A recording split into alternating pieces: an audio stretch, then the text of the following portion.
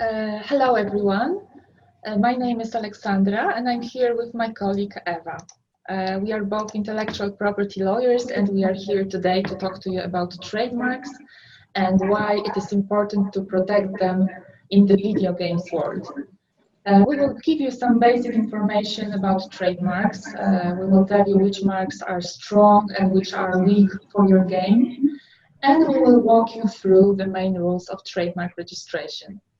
We will also give you some examples of conflicts concerning trademarks used in video games, not to scare you, but to show you that even the biggest companies make mistakes. And we will start with some basic information about trademarks. Trademarks are usually what you can see here. They can be simple words, such as the word Pepsi. They can be words together with graphic elements, such as the word Google, together with its characteristic font and colors. It can be graphics, such as an apple, or a slogan, such as McDonald's, I'm loving it. There are also more exotic trademarks, such as colors, sounds, 3D trademarks, but those are less common. Trademarks are protected in a country or in a region that you choose for their protection. For example, trademark registered in the European Union Intellectual Property Office will be protected in the European Union only. What you need to remember is that each country or region has its own rules of trademark protection, and the rules can be very different. It is a general rule that a trademark needs to be registered to be protected, but not always. In some countries, using a trademark is enough. Also, requirements for trademark registration are very different depending on a country. For example, in some countries, showing use of a trademark is necessary to register it, while in other countries it is fundamental to register a brand ahead of placing a trademark and a product marked with this trademark on the market. Trademarks are registered for particular goods and services. When you file for registration of a trademark, you need to decide what you want to use it for. A trademark can protect only one product, for example, a video game, but it is more common to register trademarks for several goods or services, because the broader the list of services is, the broader the protection of the trademark will be. However, you need to remember that once you register a trademark for a particular good and service, you have to use it for this good and service, or otherwise you may lose the trademark. Goods and services are grouped in classes, and each class represents a group of different goods and services. For example, in the most popular NIS classification, class 28 will include games and video games apparatus, while class 9 will include computer software. And the protection of the trademark is, as a general rule, limited to the goods and services covered by the registration. For example, a trademark registered for a video game will not protect goods such as clothing or food. However, some trademarks enjoy a broader protection. If the trademark is reputed, it will be protected not only for the goods and services covered by its registration, but for any goods and services. Why are trademarks important in the games industry? First, if you have a trademark, you have an exclusive right to use it. This means that if you register a title of a game as a trademark, no other company can use this trademark or a similar mark in the relevant market for their game without your permission. If nevertheless someone does use a similar trademark, you will have a very strong legal basis to fight the infringement. Of course, trademark will help you distinguish you from others, will help you be visible, and it will allow the consumers recognize your game and associate it with your company. This way, A trademark protects customers from making mistakes. And a trademark will always add value to your game. If you are successful, it can even become your main asset one day.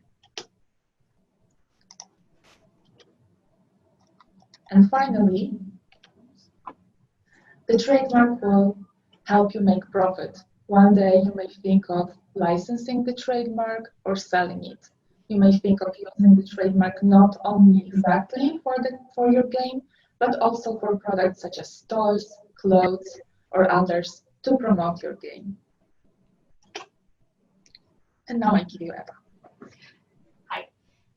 So what can be trademarked in the game world? Well, the obvious choice is, of course, the title of the game and the logo of the game. So on this slide, you can see several examples of both logos and trademarks. The other one are just word trademarks, and the Minecraft, Fortnite, and the Legend of Zelda are both logos and also word trademarks. But other elements of the game can also be protected, and it depends really on you what you choose to protect. So examples will include, for example, characters that are visible in the game, and well, there's also another quite new possibility, and we will play you a short piece of a game called a multimedia sequence, so that you can decide for yourself if you should register this types of trademarks or not.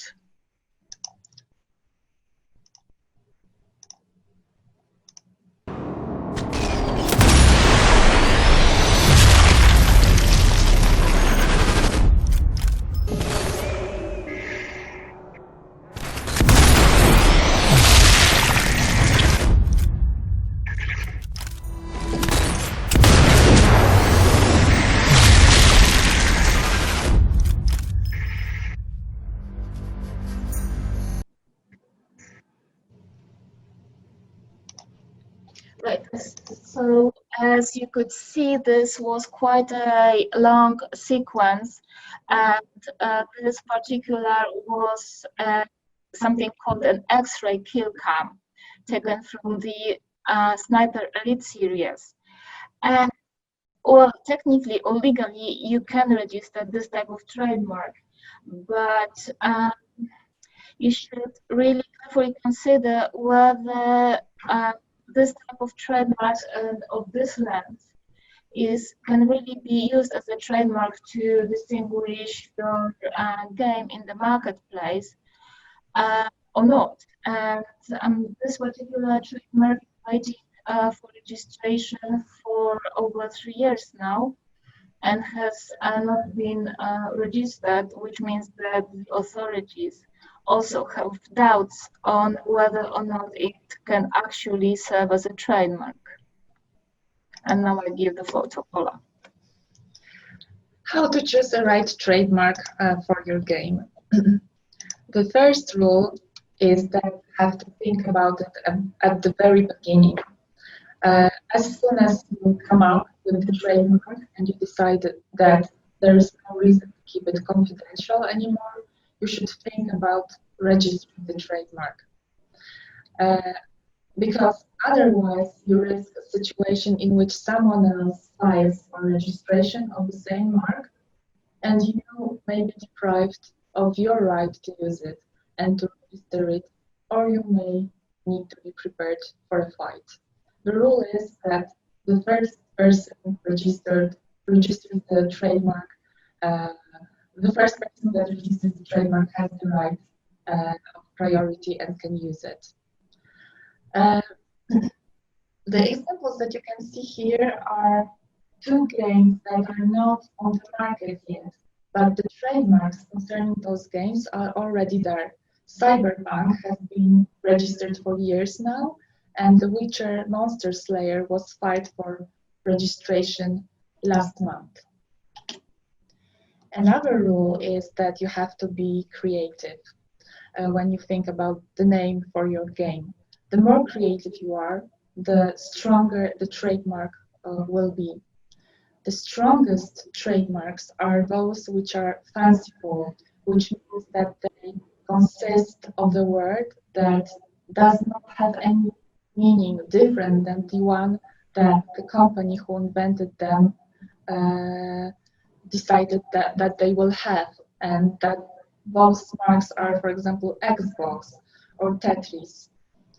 Another example of strong marks are arbitrary marks, and those are also strong marks, but they consist of words that already existed, but no one ever thought of using them in a particular context. For example, an apple or Android are words that had their meaning, but no one used them for electronics in case of Apple or Android in case of mobile operating system before. Suggestive marks such as cyberpunk or zombie army are weaker marks because they give you some indication what the game will be about. They can be registered because they are not purely descriptive. So, however, sometimes there are cases in which it is not that clear if a mark is suggestive or if it's already descriptive. And descriptive terms are something that you want to avoid because they just simply give information what the game is about. And such trademarks will be, for example, the trademark shooter for a game, which was refused protection in Germany because it was found to be purely descriptive. Another example is the trademark Ghost that Electronic Arts wanted to register in the USA. In this case, Ubisoft opposed the trademark registration because they believe that, well, they use Ghost for their video games, and other video game studios also use Ghost in video game titles, and they shouldn't be deprived of the right to use the word. So no one should monopolize the word. And finally, Electronic Arts withdraw the trademark application. And what is worse than descriptive terms is only generic terms, and those are the terms that can never be registered. And such terms, for example, video game for a video game. Such terms like video game needs to be free for use for everyone. And finally, when you choose your trademark, run a clearance search. Clearance search is, in other words, availability search, which shows you if your trademark is free for use and registration, or there are already identical trademarks registered or used by somebody else. It's a very important step, but it's also a step that many companies forget about. And if you omit this step, you risk that the trademark you choose may infringe someone else's rights, and you may expose yourself to a potential conflict.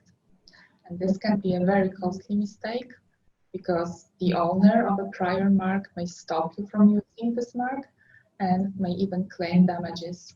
In such a search, you need to check if there are identical or similar trademarks used for video games, or if there are trademarks which are registered for completely different products that if they can be considered reputed.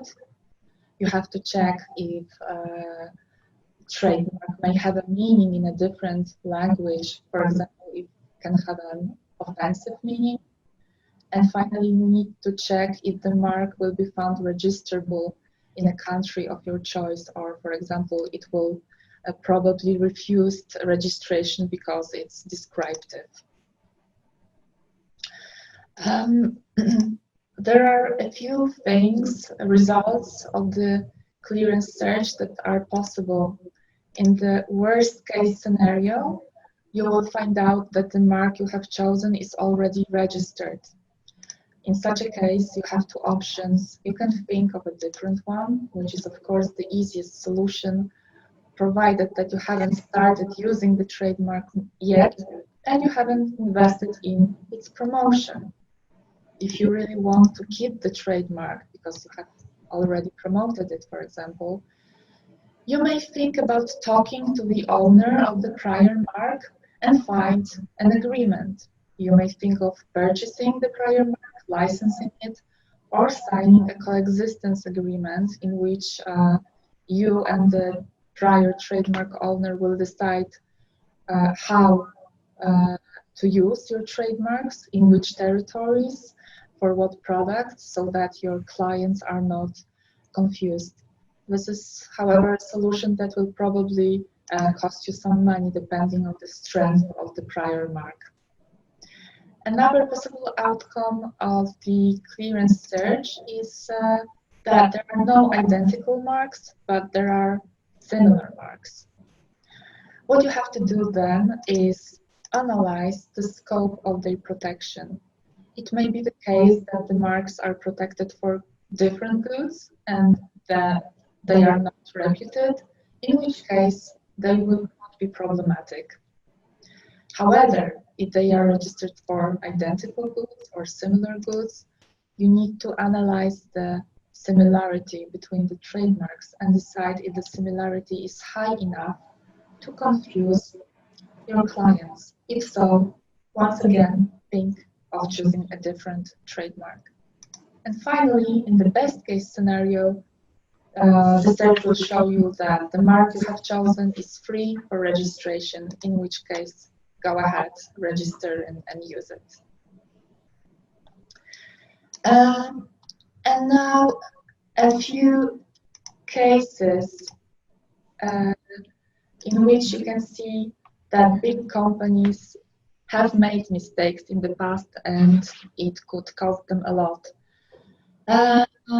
First case concerns Xbox. It's a case showing that Microsoft made a mistake a long time ago when they came up with the name Xbox. It didn't occur to them to do a clearance search, and consequently they didn't know that there is already a trademark Xbox and the company, software company, Xbox Technologies. And we do not really know what happened next because this case was settled out of court, but we can only guess that Microsoft had to pay a substantial amount of money for the right to use Xbox. Another case also concerns Microsoft and the trademark Mythica that they wanted to use for their game. However, they didn't do clearance search and they didn't know that there is a company, Mythic Entertainment, also a video game studio, which of course found that Mythica and Mythic are similar trademarks and that Mythica would infringe their name. So a dispute arose, and in this case, Microsoft had to resign from using the name Mythica for their game. And a more recent example concerns a game named Iron Maiden.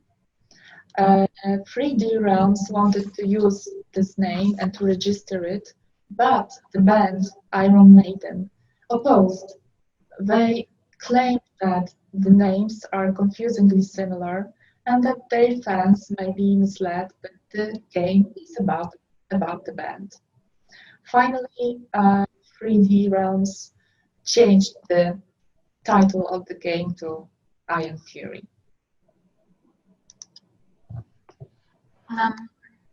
Right, how to register a trademark.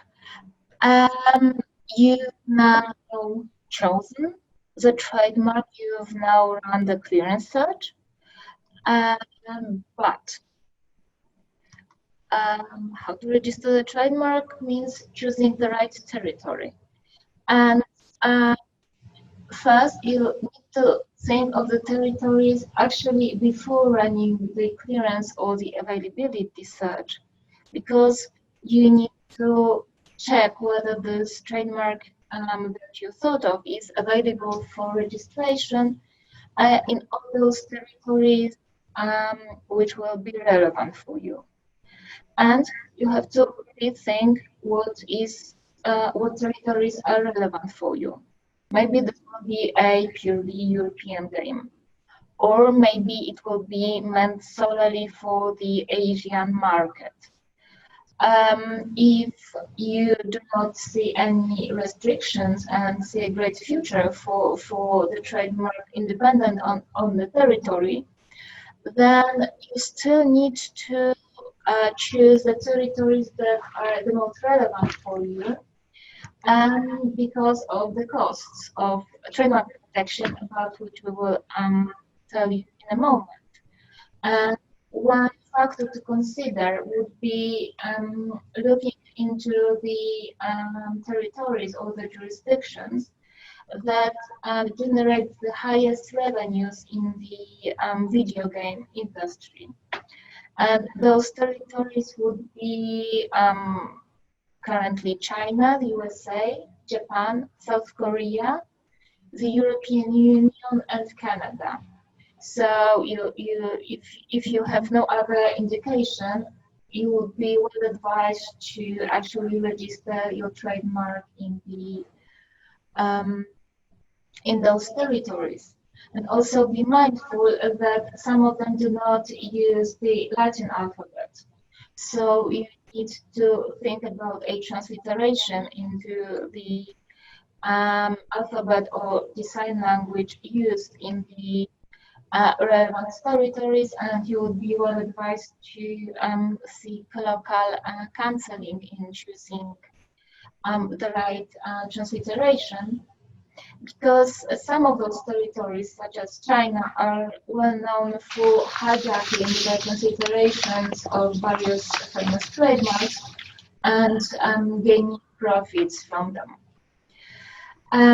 When you've chosen the territory, you then need to choose the right classes of protection. As Aleksandra already said, the core classes for video games would be classes 9, 28, and 41 of the NIS classification. However, you might think also of registering your trademark in other classes, especially if you are thinking about manufacturing merchandising connected with your game. And examples of such classes would be class 25 for clothing, or class 16 for printed goods such as comic goods, strategy guides, or trading cards that may be connected with your game, and that you can license out the rights to others or use yourself to gain additional profit from merchandising. But when thinking of choosing the right classes for protection, you just need to find the right size. If you protect your trademark in too few classes, then your rights can be infringed in classes where you do not have protection, and it would not be actually an infringement of rights in the legal sense then. However, if you think too big and choose too many classes for protection, the cost of filing for protection and then keeping the protection may be too high for you, especially if you've chosen quite a few territories. Because the next point to think about would be have costs in mind.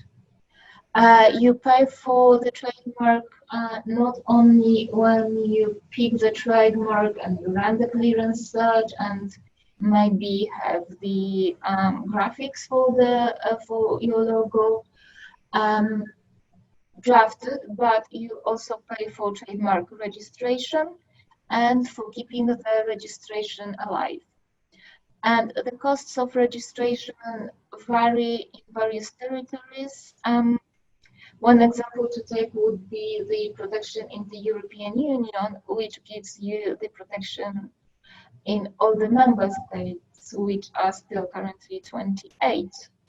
And you pay around 850 for the first class, and the subsequent classes for protection cost you less. Then again, being mindful of all the things that we've talked about previously, you still have to think big. You still have to think if your game has the potential of producing characters that can be made into toys. If yes, then you should register your characters for those the relevant classes there. Maybe it's a strategy game, and you will print out strategy guides. Again, you have to think about choosing the right scope of protection. Right, and how to keep your trademark alive. The trademark system, almost universally all over the world, is designed to keep the trademarks forever. And in fact, some trademarks, not necessarily in the gaming world, are well over 100 years old and are still very well known and very alive. Think about the Coca-Colas of this world, for example. But the trademark, even if it may stay alive forever, it still requires you to be active in order to keep it alive, just like a Tamagotchi would, basically. So the first thing, and Aleksandra already mentioned it, you have to use it. The majority of the legal systems all over the world require you to use the trademark. Some even prior to registration, but in the majority of cases, after 3 or 5 years have lapsed from the registration of your trademark, other parties will be able to come and try to cancel it for non-use if you do not use it. So you'll be well advised to actually use it, and actually use it for all the goods and services for which it is protected. If not, if you only partially use it, then you can face partial deletion or partial cancellation of your trademark. The second thing to remember is to make regular payments. Again, mostly after 10 years, you have to make a payment for the subsequent 10 years of protection. If not, your trademark will simply expire. So you have to keep track of all your registrations all over the world, and actually make the payments in time. Thirdly, you have to keep your eyes open for infringements, and this means being really actively present in the markets where you operate, and seeing where somebody tries to hijack your trademark or tries to use it without your consent. And then you have to basically ask the other party to cease and desist from using your trademarks, and if this does not work, you might even consider going to court against them. If you do not do that, then firstly, other players in the market will see that you do not take well care of your trademarks, and that they may infringe your trademarks without facing any consequences. But also, if you then do try to fight for your trademark, the courts might see that you have allowed other parties to use your trademark for too long time, and then simply refuse to protect your trademark. And finally, you have to protect your trademark from dilution. So part of this equation is keeping your eyes open for infringements, so that there is no so that there is no impression in the market that this trademark does not belong to any one entity. But you also need to think about your trademark not becoming a generic name for an action or a good.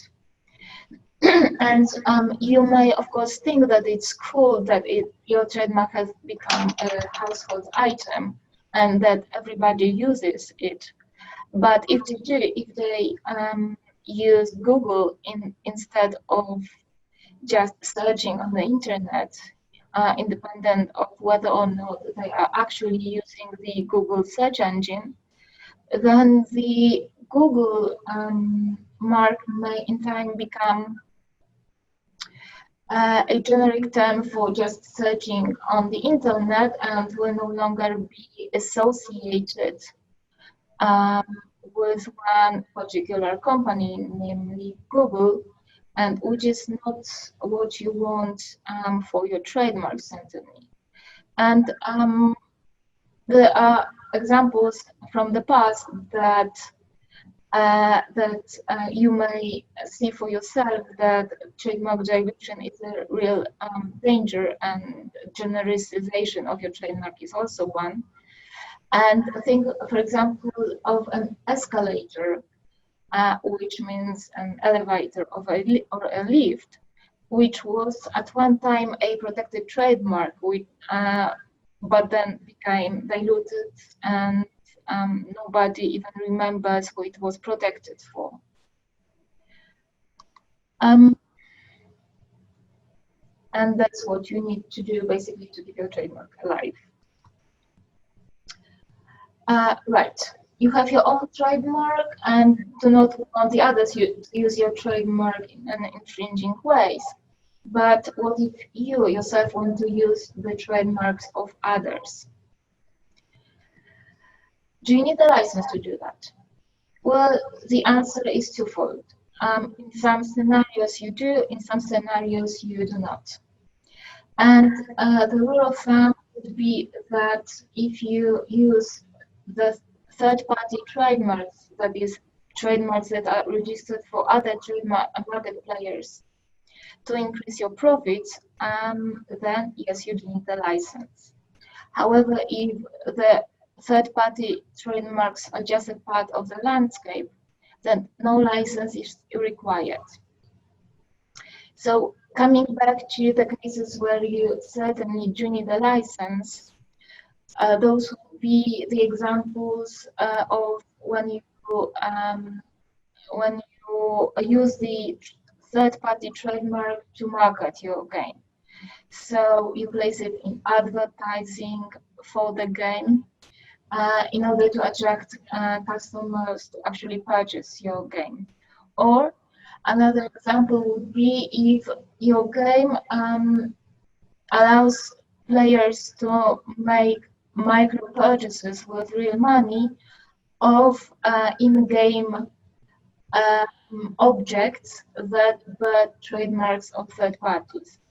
There you would be well advised to get a license, otherwise you risk having a suit against you for trademark infringement.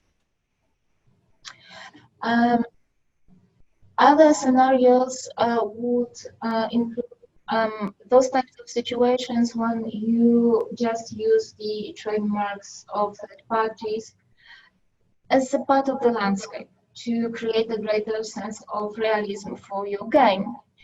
And in those cases, a part of the legal world is on the position that no, you do not need a license.